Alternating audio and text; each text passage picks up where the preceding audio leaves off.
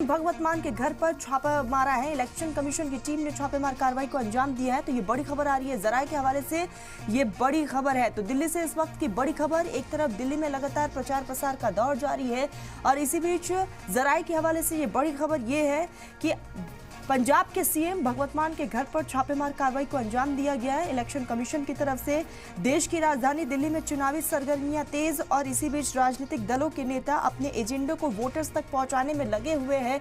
खुद भगवत मान दिल्ली में लगातार चुनाव प्रचार कर रहे हैं और वही नेताओं के बीच जुबानी जंग भी अपने चरम पर है। आरोप प्रत्यारोप का दौर जारी है।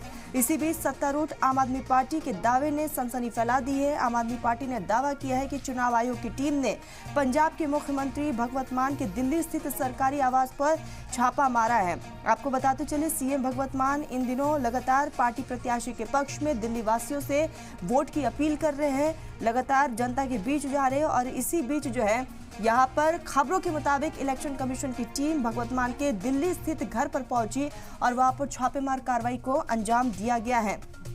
आपको बताते चले जानकारी के अनुसार आपकी तरफ से पंजाब के मुख्यमंत्री भगवत मान को लेकर यह दावा किया गया है। दावे के अनुसार पंजाब के सीएम भगवत मान के दिल्ली स्थित सरकारी निवास पर इलेक्शन कमीशन की टीम पहुंची और वहां पर छापेमार कार्रवाई को अंजाम दिया गया।